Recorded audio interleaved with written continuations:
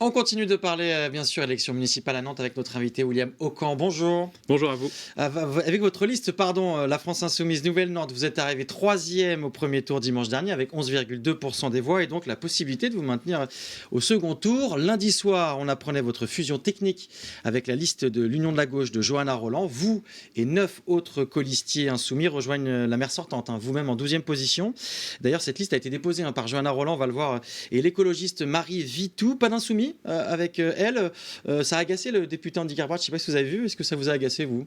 Bah écoutez, c'était un choix qui a été fait, qui n'est pas le nôtre, mais après tout, nous étions en campagne sur le terrain, donc après tout, on couvre beaucoup plus d'endroits. Voilà.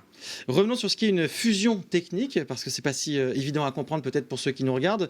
Donc vous espérez être élu, bien sûr, sur la liste de Johanna Roland, pour ensuite rejoindre l'opposition. Comment ça fonctionne au juste? Alors ça fonctionne, c'est que les Nantaises et les Nantais, ce dimanche, auront un bulletin de vote sur lequel il y aura donc la liste de la majorité, plus l'opposition de gauche sur le même bulletin. L'idée, elle est claire, c'est que nous ne sommes pas d'accord avec la politique de Johanna Roland. Nous l'avons exprimé pendant le premier tour, mais néanmoins, nous avons décidé en responsabilité de faire front commun. Et c'est une sorte, en fait, j'ai envie de dire, de parlementarisme municipal qui est à l'œuvre ici. C'est-à-dire qu'en gros, nous allons être représentés, nous représentons à Nantes un électeur sur 5, si j'ai envie de dire, de gauche de rupture.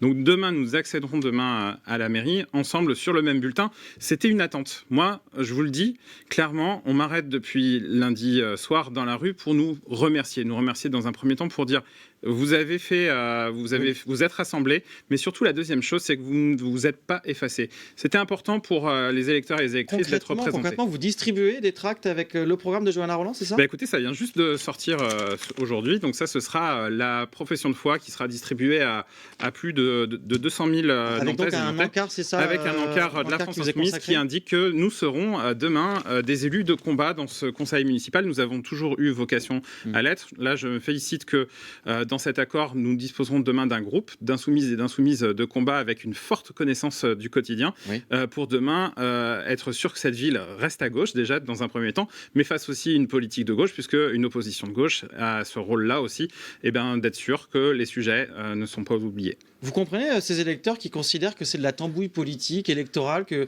c'est une négociation de sièges? Ça a duré longtemps d'ailleurs les tractations pour arriver à un accord. Non, c'est tout sauf de la tambouille. En fait, aujourd'hui, le moment, il est historique et la responsabilité Vous n'avez l'est pas négocié tout des autant. places et des sièges sur cette L'idée, liste? elle est d'avoir une représentation à la proportionnelle de personnes qui ont voté pour nous ou pour la gauche de rupture. Donc clairement, demain, nous représenterons les gens qui ont voté pour nous. Il y a 13 000 électeurs. On se rapproche du score d'ailleurs de Julie Lernos au premier tour en 2020. Et donc clairement, nous, demain, nous allons représenter des gens. C'est ce que je vous disais tout à l'heure. C'est une sorte de parlementarisme municipal. En gros, nous avons ce pouvoir-là, avec ce bulletin de vote dimanche prochain, déjà d'avoir deux choix, à gauche ou à droite, mais surtout aussi d'avoir la possibilité d'avoir une gauche de rupture pour la première fois. Le moment, il est historique. Pour la première fois dans le conseil municipal, la gauche de rupture va s'exprimer. Donc durant cet entre-deux tours, vous allez faire campagne sans critiquer le bilan de Johanna Roland comme vous l'aviez fait avant le premier tour? Nous allons faire campagne contre la droite, contre son projet brutal pour la ville, pour les plus fragiles. Ici à Nantes, des mamans célibataires, des personnes qui subissent de plein fouet l'austérité, il y a des attentes en fait envers la gauche. Je pense qu'on est là. Aujourd'hui, on a montré qu'on est à la hauteur du moment politique. Nous sommes en responsabilité. Mais demain, ça veut dire que, oui, nous ne sommes pas d'accord sur un nombre de sujets. Nous avons vocation à faire changer les choses dans cette ville. Nous pensons que c'est ce moyen-là qui sera donné aux Nantaises et aux Nantais ce dimanche 22 mars. Lors du grand débat sur Télé Nantes, Foulque Chambardelot a dénoncé, je cite, une union de la honte, expliquant à Johanna Roland que ce n'était pas à elle de choisir ses opposants. Vous n'auriez pas dû laisser les électeurs départagés entre vos trois listes qualifiées pour le second tour? Moi, je pense que ce moment politique était l'idée justement de se battre contre cette droite extrémisée. Enfin, le personnage de Foulque Chambardelot est toujours dans l'outrance, enfin, dans le choix de ses mots. C'est quand même relativement assez dingue. Et l'Alliance de la honte, j'ai envie de vous dire, il est le candidat de Bruno Retailleau qui crie dans les meetings à bas le voile. Il est le candidat de Christelle Morancet et de sa tronçonneuse budgétaire austéritaire. Et c'est le candidat macroniste d'Emmanuel Macron qui a envoyé le pays dans le mur avec 1 000 milliards de dettes. Donc aujourd'hui, moi, les leçons de ce monsieur, qui se les garde? Un autre message, en tout cas, sur cette expression front antifasciste que vous avez utilisé, notamment le soir de l'annonce de cette union. Regardez le message de l'ancien adjoint, enfin de l'adjoint actuel, pardon, de Johanna Roland, Pascal Bollot, appelé à un front antifasciste à Nantes où le RN ne fait pas 5%. C'est juste irréaliste. La liste de la droite et du centre, elle est fasciste, selon vous?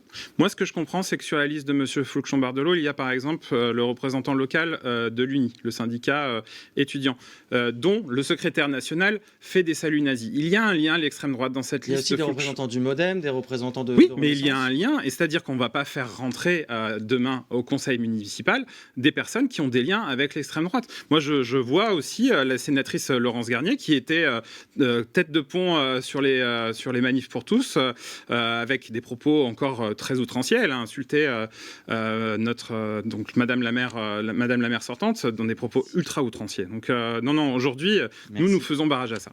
Merci beaucoup, William Aucan, d'avoir été avec nous sur Télé Nantes. Merci à vous.